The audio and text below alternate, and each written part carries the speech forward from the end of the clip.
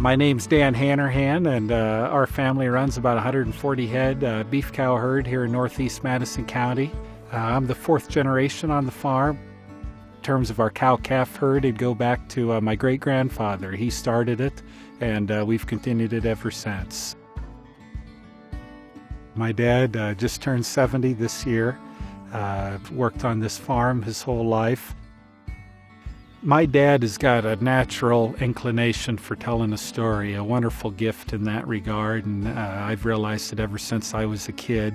And in part of telling that story, you realize that there's a connection there that goes beyond you and your own experience to others in the community around you, to others in the generations before you. And so Dad's always had a good sense of that feeling of stewardship. And I would say that he's instilled that in me, and that's something that I feel very passionate about here today, as I do the same thing he spent his life doing. The best way I could describe about stewardship is we're fortunate in that we get to be caretakers for the time that we have here. You're always thinking about, what can I do to improve the ground? What is it that I can do to improve how we manage the herd for those that come after me? Very much that sense of responsibility to something larger than yourself. As agriculture's changed in the United States, more people have been able to take jobs in town, to take jobs in urban areas, and there's no longer that connection with a big portion of the country being involved in actual food production. And since that's created a disconnect between those in agriculture and the consumer, we realize that what we do has a big impact on all those other partners we have in the beef community in the product that we put on the grocery store shelf.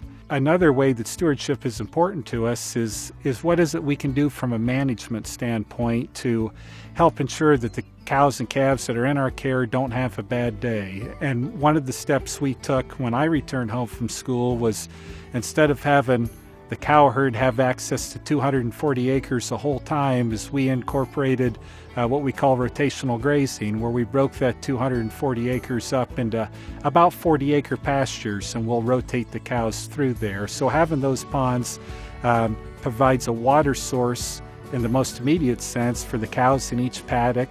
It also helps mitigate runoff from rainfall events that fall on our property. It helps control erosion, and it helps provide cleaner water as it continues on down through the watershed to the folks downstream.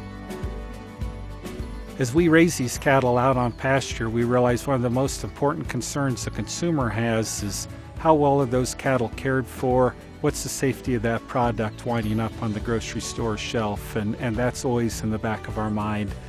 Taking care of the livestock because they take care of us is paramount. Community involvement in agriculture just seemed to naturally go hand in hand, and a lot of these rural communities, whether it's involved in their local churches, whether it's involved on the local school boards, whether it's involved in other various groups, there's just something really strong about that rural area, and dovetailed into that is that sense of needing to be involved, needing to be engaged with your local community. I think it's something that's in your blood, and I think it's something that you either got it or you don't, and part of my journey was realizing that I had it. You enjoy it. You enjoy that connection. You enjoy that chance to be part of something a little bigger than yourself, and that's really what the herd of cattle is about. That's what being part of the beef community is about. That's what being part of a community is about, is understanding that connection and the way you play into that. I think my grandfather was particularly proud of the cattle he raised, and you'd like to think if he saw the herd today, he'd smile.